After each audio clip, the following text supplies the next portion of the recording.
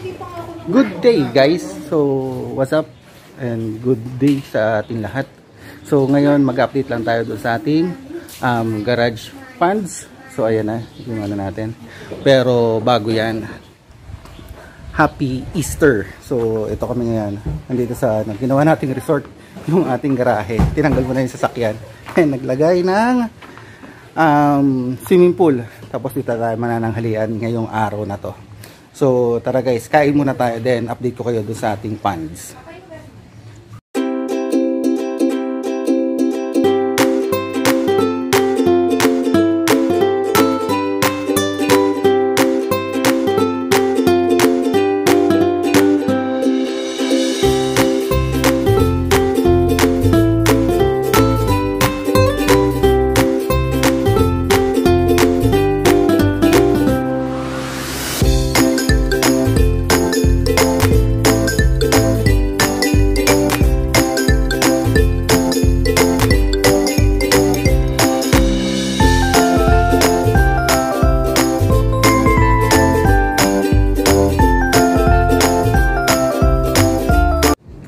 Good day once again guys. So ngayon mag-update na tayo ng ating mga ponds, mga isda. So kanina napa-swimming na rin tayo. So ngayon update na natin kayo sa ating mga ponds. So bago natin simulan to, kung hindi ka pa nakasubscribe sa ating channel, please click the subscribe button and hit the notification bell para laging updated sa mga videos natin. So tara guys, simulan na natin ang update dito sa ating garage. So guys, ito na yung update sa garage natin. So ngayon, nagpalagay tayo ng tolda. Kasi para yung ating mga pans, para hindi mainitan. Tapos, ayan. And nanganak na naman yung ating mga pan. Nadagdagan tayo nito. Itong kawayan na trapand natin. So, ayan guys. So, punta muna tayo dito. So, ayan pala, yung ating mga water lettuce, hiniwalay ko sila kasi doon sa dati nilang lalagyan na masyado sila nainitan. So dito, dahil may puno tayo, so ayan, medyo malililiman sila, tsaka hindi sila masyado mabibilad sa araw. Tapos nilagay ko nga pala dito yung ating yung dati nating HB Blue. Ang problem kasi doon sa HB Blue natin, hindi masyado na nagmaterialize yung half black nila. So medyo faded na yung kulay nila, kaya nag-decide ako na ilagay na lang sila dito. So pararamihin ko na lang sila dito. Ayoko naman silang ano kagad itapon or ano. Ilagay ko lang sila, tapos gagawin ko lang siguro sila na mga material para doon sa bago kong project na community tank. Kasi yung mga meal nito ang gaganda rin, kasi kahit na hindi siya nabuo na HB Blue, yung kulay naman niya is maganda. So ilalagay natin siya doon. Tapos guys, dito tayo. Ito sa bagong gawa natin na kawayan na pond. So nandito sa unang trapal pond. So dito nilagay natin yung mga zebra danios natin. Una purple, nilagay na natin sila dito. Ito yung unang produce natin ng mga zebra danios. Ayan o, kita nyo, medyo malalaki na sila. Tapos yung second batch nya, ito, sunburst na zebra danios. So inacclimate ko lang siya. Mamaya ihahalo ko na siya dito para medyo lumaki siya. So napansin ko dito, noong nilagay natin sila doon dyan sa pan na yan, kasama noong DEM natin, medyo bumilis yung paglaki niya kasi medyo malaki-laki yung naiikutan niya. So ngayon hiniwalay na natin siya para hindi siya masama dun sa kabila. Tapos dito sa pangalawa is hiniwalay din namin yung ibang mollies natin, kasi ito yung balloon mollies na layer tail. So napansin ni wifey na may layer tail, so imbis na mahaluan siya ng ibang mga genes or ibang lahi, so puro layer tail na lang yung dito ilalagay namin. So ipoproduce namin to mga balloon molly na layer tails. So yan, iba-iba lang kulay, mga marble, may white, almost marble pala to lahat. Yan. Tapos dito naman yung ating platy, I think platy nga ito, na orange. So ito Ayan. Ilagay natin dyan. Ayan. Ito nga pala is galing kay Alvin. So, thank you. Dito. So, nag-swap kami ng Molly. Binigay niya sa atin is ito. Tapos binigay naman natin sa kanya is marble. Tapos, nandito naman is yung mga fry ng MBT. Metal Blacktail. Na pinanganak noong March 24 tsaka March 31. Pinagsama-sama na natin kasi wala na tayong yun. Kita nyo naman. Puno na yung ating area. So, pinagsama ko na sila. So, may date naman yan. And yung pinanganak lang kanina. Kaya meron dyan sobrang liliit. Kanina lang pinanganak. Kanina lang din wrap. So, ayan. Dito halo-halo muna sila. Tapos, ito yung ating mga aquatic plants. Hindi naman itong, ayan. Meron itong mga, ayan, apple snails. So, sila yung kakain ng mga algae, tsaka mga molds, para hindi naman mabubulok yung ating mga halaman dito. And kahit pa paano nasisinaga pa rin sila ng araw. Dito naman tayo, dako tayo sa mga aquariums naman natin. Dito naman sa isa is yung ating metal blacktail. Snakeskin metal blacktail. Ayan, ito yung male. Nafo-focus din kasi yung female. Actually, dalawa yan ha. May may boundary yan, dalawang yan. So dito tayo sa gilid. So ayan yung male ng metal blacktail natin. So kung makikita nyo, medyo damage yung kanyang caudal kasi nagkaroon to ng ito yung sinasabi ko sa inyo dati na nagkaroon ng white spots. So gumaling na siya, pero sana gumaling din yung kanyang caudal. Tapos nandito naman yung female niya. Ayan, yung mga female niya. Tapos ito nga pala yung pakain natin sa kanya. Powder mix tsaka decaf mix. So, paubos na naman. So, ayan. Kaya ang bilis lumaki ng mga natin dahil pakain tayo ng pakain sa kanila ng ganyan eh. Mabilis naman lumaki. Tsaka maganda yung naging result. Tapos nandito naman yung mga female. Actually, hiniwalay ko yung female ng HB pastel. Ayan, kasi may nakita ko na buntis na dito. Ayan. Ayan, medyo buntis na yan. So, hinihintay na lang natin mag-drop yung mga yan. Tapos, nandito naman yung mga batch 1 noong metal blacktail natin na mga males. Ayan. Tapos, dito naman sa isang malaking to. Nandito naman yung ating metal blacktail din, which is pinanganak naman noong 227 March 7 tsaka March 8. So sama-sama na kasi hindi naman malalayo yung agwat nila. So pag hindi malalayo yung agwat nila at parehas naman sila ng strain, pinagsasama-sama ko na kasi pag hiwa-hiwalayin ko pa sila ulit ng tank or ng pond. So ayan. Tapos nandito naman yung DEM natin. Ito yung batch 3 ng DEM natin, which is pinanganak noong March 19. So ito sila. Ayan, medyo malalaki na. March 19. Ano na ngayon? Halos 1 month pa lang. Magwa 1 month pa lang sila. Wala pang 1 month. Pero kita nyo naman guys, ang lalaki na. Dahil yan doon sa pinapakain natin, yung powder mix with decaf mix. So ayan o. Actually hindi pa napapakain ulit yan ngayon eh. Kaya nag-iipon-ipon na naman sila. Gusto na naman ng pakain. Tapos ito naman tayo. Ito yung metal block lace natin, which is 2 months na. So ito yung female. Ito yung mga female na metal block lace natin. Ayan. Ito nga, ay nagulat sila. Ayan, yan yung mother nila. Tapos ito naman yung metal block lace natin, yung male. Ito yung batch 1. So marami sila, nakalko na. So ang lumabas lang na goods is 2 lang. So ayan. Ayan, itong dalawang to. Yung malaki, yan yung tatay nila. Tapos yung dalawang maliit na goods naman is yung anak niya, batch 1. So 2 lang yung naging good sa mga batch 1 nila. Pero okay lang, at least meron tayong nakita na may potential na susunod na project breeding. Tapos dito tayo sa susunod. na tank. Ito naman is yung EBM, dalawang pares. Galing ito kay Sir Christian. So ito, bigay ko yung kanyang Facebook page.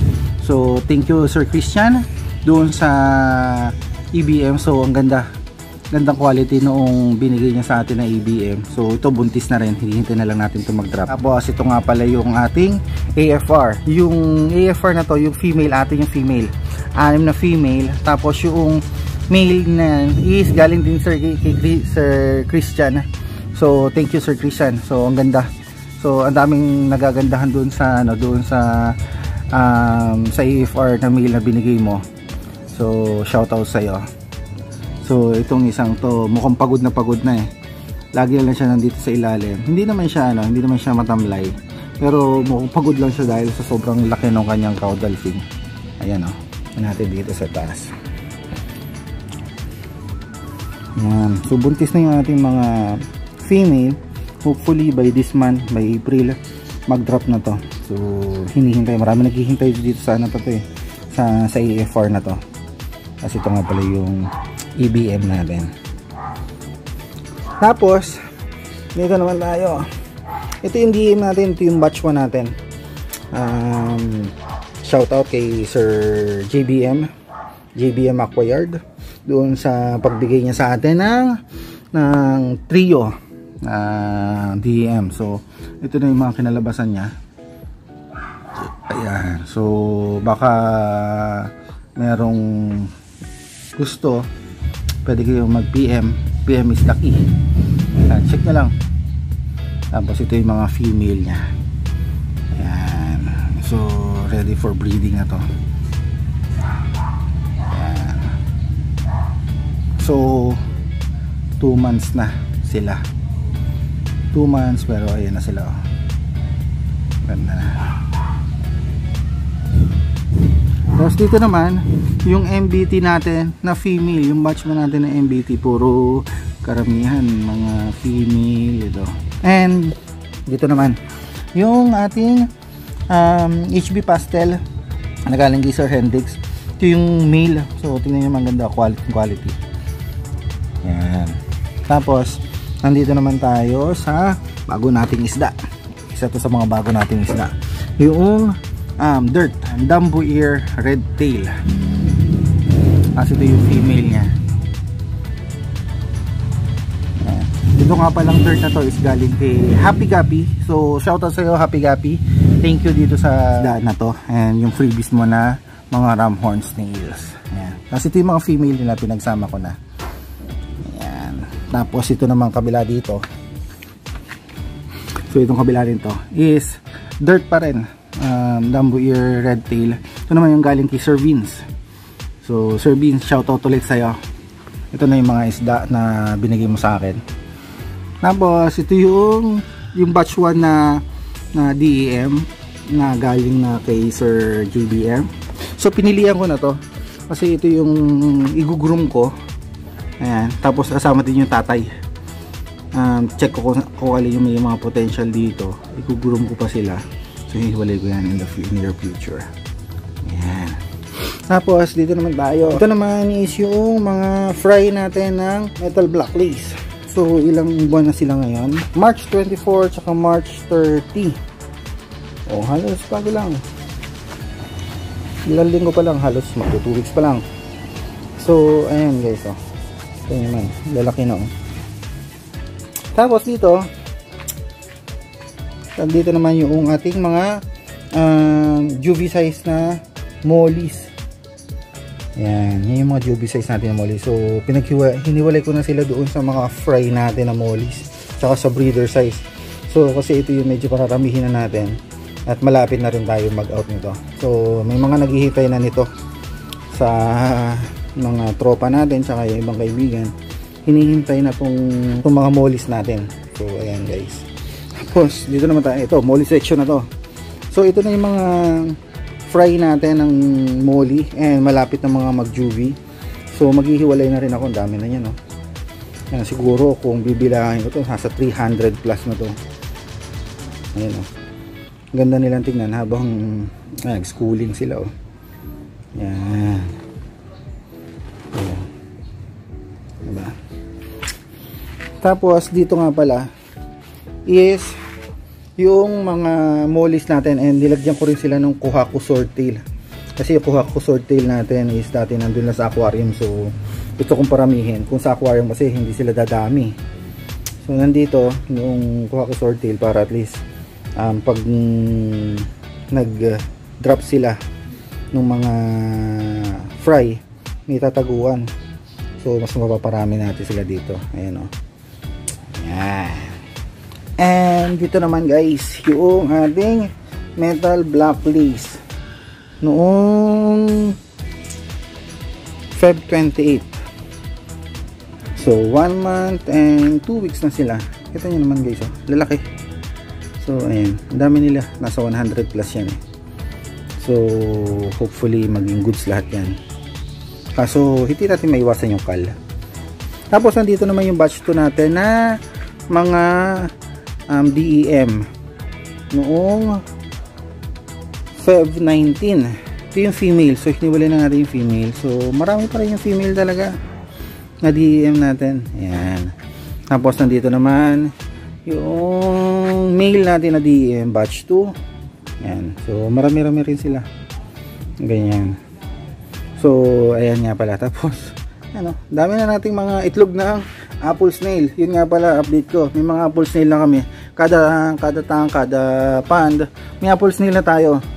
So, hindi na tayo mahihirapan maglinis ng mga leftover foods ng mga isda natin. So, ang lilinisin na lang natin, higupin na lang natin, sa siphon na lang natin is yung mga dumi na lang na apple snail, which is mas madali na i-maintain. Kita nyo naman, lahat ng ano natin is clear. Hindi naman sa crystal clear, pero clear lang. Tapos nandito nga pala yung tub natin. Dati yung tub na to is punong-puno ng mga water lettuce. So kaso ang nangyari dito, nabulok yung mga water lettuce natin kasi yan o, masyado silang bilad sa araw. So pangit sa water lettuce yung masyadong bilad sa araw kasi nabubulok. Tapos nandito nga rin pala yung ating mga ibang gapi na ano na to eh, chops na to eh. So dito ko na lang sila nilalagay. Ayan o, dami. Ayan. So dito ko na sila nilagay kasi naman sa ihalo ko pa sila ulit sa gapi, sa mga molly. So ayan, nandito yan. Tapos kung mapapansin nyo, ayan o, ang dami na natin mga apple snail. Paikot na yan. Ayan. Dami siyang mga nasa gitna pa yan, puro apple snail to ulit yan. So kaya ko pinadami yan para doon din sa mga pond natin, saka sa mga aquarium natin. Kasi isa doon sa mga benefits noong apple snail sila yung kumakain ng mga leftover food. So hindi tayo na kumbaga sa ano, hindi tayo napapanisan ng mga pagkain ng mga isda doon sa mga ponds natin and sa mga aquariums natin. So every morning makikita ko dyan kung ayan, kita niya yan, may mga leftover foods kasi kakapakain ko lang sa kanila. Ang kakainan niyan, hindi niya kasi kakainin niya noong mga isda natin kasi parang bulok na or sira na. Ang kakain naman niya is yung mga apple snails natin. Ayan. So guys, so ito lang guys yung ating update sa ating garage fish farm. Ayan na. So nanganak na sila na nanganak. So guys, ito lang yung mabibigay kong update sa inyo. So abangan nyo ulit yung susunod na update natin dito sa garage fish farm natin. So dadalawin naman natin to minsan ng gabi para at least makita nyo ano ang ambience ito pag gabi. So may mga ilaw natin pala yan. So guys, yun yung update natin dito sa ating garage fish farm. So guys, sa mga hindi pa nakasubscribe, please hit the subscribe button and hit the notification bell para lagi nyo updated sa mga bago nating videos. So guys, samahan nyo ko ulit sa ating susunod na video dito sa ating garage fish farm. Dito lang sa DC Hobby. So guys, dito na lang. Thank you for watching and happy fish keeping. Peace!